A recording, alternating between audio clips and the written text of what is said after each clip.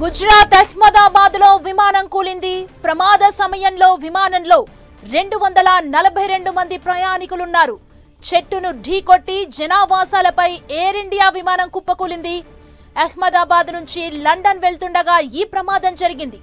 ఘటనా స్థలంలో సహాయక చర్యలు కొనసాగుతున్నాయి. క్షతగాత్రుల్ని వెంటనే హాస్పిటల్కు తరలించారు.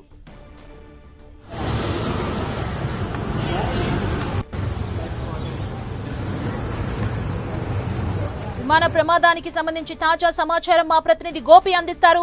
గోపి,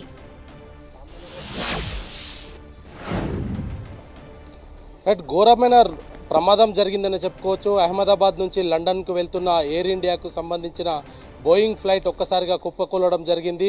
చెట్టును ఢీకొనడంతో ఈ ప్రమాదం జరిగినట్టుగా కూడా గుర్తించడం జరిగింది. ప్రమాద సమయంలో 230 మంది ప్రయాణికులు 12 మంది సిబ్బంది కూడా ఉన్నట్టుగా కూడా గుర్తించారు. అయితే ప్రస్తుతం ఒక్కసారిగా పూర్తిగా దట్టమైన పొగమంచు కమ్ముకున్నది. ఆ ఏరియా అంతా కూడా నల్లటి పొగతోటి కమ్ముకుపోయిన పరిస్థితి ఉంది. అయితే ఎంతమంది చనిపోయారు, ఇంకా అందులో ఇంకా ఎవరెవరు బ్రతికి ఉన్నారన్న దానికి కూడా ఇంకా సమాచారం అయితే అందాల్సి ఉంది. హుటాహుటిన 90 మందిని ఎన్డీఆర్ఎఫ్ బృందాలను ఘటనా స్థలానికి పంపించడం జరిగింది. అందులో ఏదైతే ప్రమాదం జరిగిందో ఆ విమానంలో గుజరాత్ మాజీ సీఎం కూడా ఉన్నట్టుగా కూడా కొంత సమాచారం అందుతుంది. ఇంకా ఎవరెవరు ఉన్నారు అన్న దానిపైన ఇంకొక క్లారిటీ రావాల్సి ఉంది. అయితే బోర్డింగ్ సమయంలో 230 మంది ప్రయాణికులు అందులో ఉన్నట్టుగా అయితే సమాచారం అయితే అందుతుంది. అయితే ఘటనా స్థలానికి హుటాహుటిన ఏవియేషన్ మినిస్టర్ కూడా బయలుదేరడం జరిగింది. రామ్మోహన్ నాయుడు ఇప్పటికే అధికారులతోటి పూర్తిగా సంప్రదింపులు జరిగారు. ఘటనకు సంబంధించిన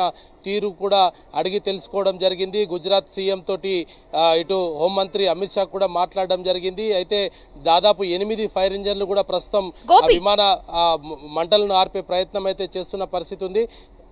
గోపి, ఈ ప్రమాదానికి కారణం ఏంటి?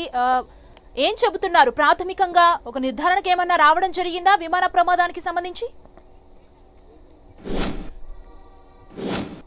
అయితే ఫ్లై అయిన కొద్దిసేపటికే సమీపంలో ఉన్న ఒక చెట్టును ఢీకొన్నట్టుగా అయితే చెప్తున్నారు. అయితే సాంకేతిక లోపం ఏదైనా తలెత్తడంతో చెట్టును ఢీకొట్టిందా లేదా పైలట్ తప్పిదమా అన్న దానిపైన కూడా ఇంకా కొంత క్లారిటీ రావాల్సి ఉంది. ప్రమాద ఘటనకు సంబంధించి కూడా ఇంకా ఏవియేషన్ నుంచి ఎటువంటి అధికారిక ప్రకటన వెలువడలేదు.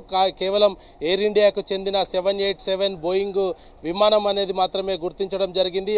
ఆ విమానంలో 230 మంది ప్రయాణికులు ఉన్నారు, 12 మంది సిబ్బంది ఉన్నారనేది మాత్రం ఎయిర్పోర్ట్ నుంచి అధికారికంగా సమాచారం అందుతుంది. అయితే దాంట్లో ఇంకా ఎవరైనా ప్రముఖులు ఉన్నారు, ఎందుకంటే ఇంటర్నేషనల్ ఫ్లైట్ కావడము, అహ్మదాబాద్ నుంచి లండన్కి డైరెక్ట్ ఫ్లైట్ అవడంతో దీంట్లో ప్రముఖులు కూడా ఉండే అవకాశం ఉంది. కాబట్టి ప్రయాణికులకు సంబంధించిన వివరాలు ఇంకా తెలియాల్సి ఉంది. ఎవరెవరు అందులో ఉన్నారు, ఎక్కడ లండన్కి ఎంతమంది వెళ్తున్నారన్న దానిపైన కూడా ఇంకా క్లారిటీ రావాల్సిన అవసరం ఉంది. ప్రస్తుతం ప్రమాదానికి సంబంధించిన ప్రాథమిక సమాచారం మాత్రమే మన వద్ద ఉంది. 242 మంది కూడా ఆ ఫ్లైట్లో ఉన్నారు, ఇటు సిబ్బందితో కలిపి. అయితే ఆ 242 మందిలో ఎవరైనా గాయాలతోటి బయటపడ్డారా లేదంటే పూర్తిగా మంటలకు ఆహుతి అయ్యారా అన్న దానిపైన కూడా ఇంకా క్లారిటీ రావాల్సి ఉంది. ప్రస్తుతం మంటలార్పే దిశగా 8 ఫైర్ ఇంజన్లు అక్కడ పనిచేస్తున్నాయి. ఎన్డీఆర్ఎఫ్ బృందాలు 90 మంది వరకు కూడా ఎన్డీఆర్ఎఫ్ బృందాలు హుటాహుటిన ఎయిర్పోర్ట్ సమీపంలో ఉన్న ఈ యొక్క ఫ్లైట్ యాక్సిడెంట్ అయిన ప్లేస్కి అయితే వెళ్తున్న పరిస్థితి అయితే కనపడుతుంది. మరి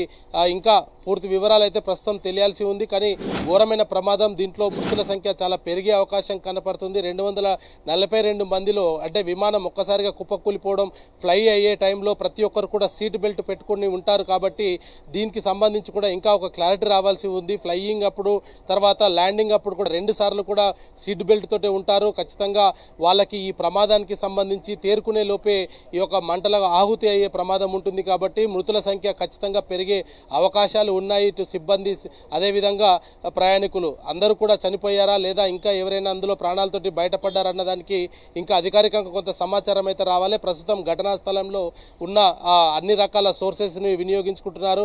ఎవరైనా గాయాలతోటి బయటపడితే వాళ్ళను హుటాహుటిన ఆసుపత్రికి తరలించడానికి భారీగా అంబులెన్స్లను కూడా సిద్ధం చేశారు, స్ట్రెచ్చర్స్ను సిద్ధం చేశారు. అన్ని రకాలుగా సిద్ధమైనప్పటికీ కూడా దగ్గరికి వెళ్ళలేని పరిస్థితి. మంటలు పూర్తిగా దట్టమైన పొగతోటి అల్లుముకున్న నేపథ్యంలో ప్రస్తుతం ఫైర్ ఫైర్ ఇంజిన్స్ మాత్రం ఆ మంటల్ని ఆర్పుతున్నారు. అందులో ఎవరైనా క్యాజువాలిటీస్ ఉంటే మాత్రం ఖచ్చితంగా వాళ్ళందరికీ సంబంధించిన సమాచారం మరి కాసేపట్లో తెలిసే అవకాశాలు ఉన్నాయి. కాబట్టి ప్రస్తుతం మనకున్న ప్రాథమిక సమాచారం మేరకు ఫ్లై అయ్యే సమయంలో 242 మంది ఆ విమానంలో ఉన్నారు. అదేవిధంగా ఘటనకు సంబంధించిన ఇంకా పూర్తి వివరాలు అయితే తెలియాల్సి ఉంది.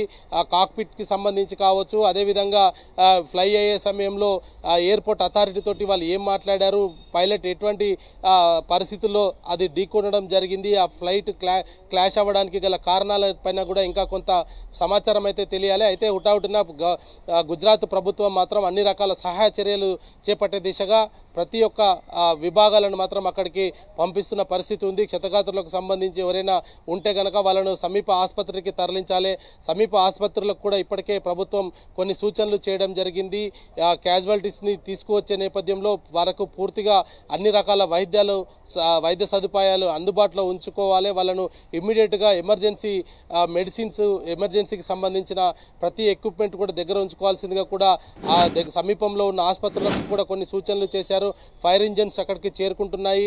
అదేవిధంగా అంబులెన్సులు దాదాపు 10 సంఖ్యలో అంబులెన్సులను కూడా అక్కడికి తరలిస్తున్న పరిస్థితి ఉంది. అయితే ఇంకా ఘటనకు సంబంధించిన పూర్తి సమాచారం ఇంకా మనకి తెలియాల్సి ఉంది. దాంట్లో ఒక గుజరాత్ కు సంబంధించిన డిప్యూటీ గోపి టేక్ ఆఫ్ అయిన ఎంతసేపటికి విమానం కుప్పకూలడం జరిగిందంటే ఇది ఇంటర్నేషనల్ జర్నీ, అందులో పెద్ద ఫ్లైట్ 240 మందికి పైగా ప్రయాణికులు ఉన్నారు కాబట్టి ప్రతి ఇది కూడా టెక్నికల్ గా చూసిన తర్వాతే ఏ విమానమైనా ఫ్లై అవుతుంది కదా, అసలు ఎక్కడ కమ్యూనికేషన్ మిస్ అయి ఉండొచ్చు?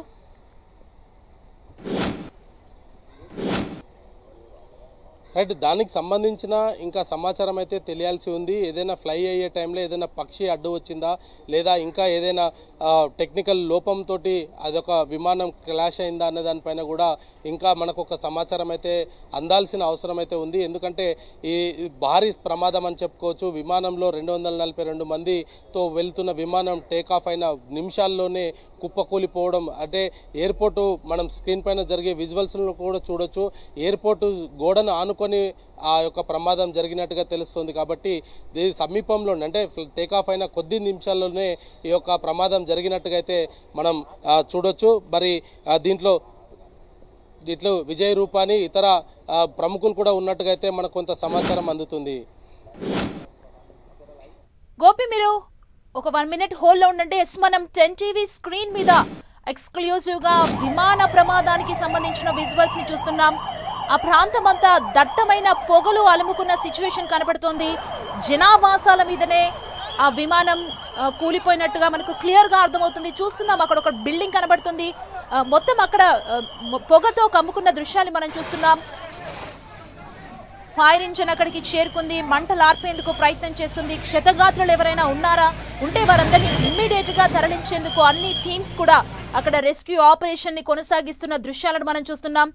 రెస్క్యూ ఆపరేషన్ కూడా కాస్త కష్టంగానే కనబడుతుంది, ఎందుకంటే ఆ ప్రాంతం మొత్తం దట్టమైన పొగలు అలుముకున్న సిచ్యువేషన్ మనం చూడొచ్చు. గుజరాత్ అహ్మదాబాద్ లో విమానం ఒక్కసారిగా కుప్పకూలింది. ఈ విమాన ప్రమాద సమయంలో విమానంలో 242 మంది ప్రయాణికులున్నారు. చెట్టును ఢీకొట్టి జనావాసాలపై ఎయిర్ ఇండియా విమానం ఒక్కసారిగా కుప్పకూలింది.